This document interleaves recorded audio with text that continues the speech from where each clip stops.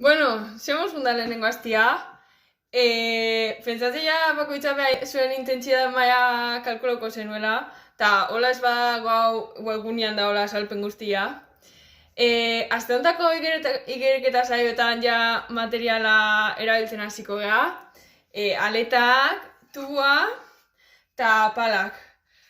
Ta kontroloko zeate palakin indar gehiago inberko zuela, baina azkarro jungo zeate. Astelenian apnia aukiko du, hau da, piztinako largo guztia arnazik hartu gabe ingo du, eta gero 40 segunduko deskantzua aukiko du. Eta hau sortze aldiz ingo du. Eta lortze bat zuen idatziaz, Ostegunian tubua erabiliko du, burua ura azpian aukiko du, eta arnaza tubotikan arte du. Hasieran igual pixka eta gobio ingo zeate, sentsazio rarua da, baina zeituan ohituko zeate, eta ez baseate ohitzen, nik hasiera pizzak erabiltzen ditun, eta nahi egia esan lagundu dit. Así que lasai hartu.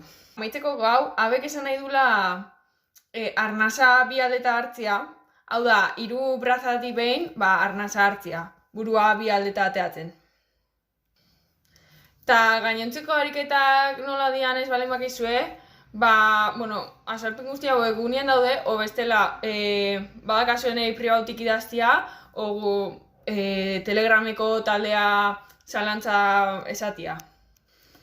Bizikletan aste hartian 70 minutuko saia lasai bat ingo du, gure pultsazioak ez dira igoko bi intentsitate mailatik.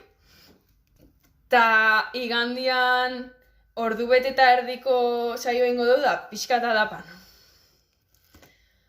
Ta azkenik, korrika edagokionez, ostegunian erritmo aldaketa batzukin ibiliko gea, ta igandian bizikleta saio bat gero, 2 orduko deskantzua utzita, 35 minutuko saio ingo du.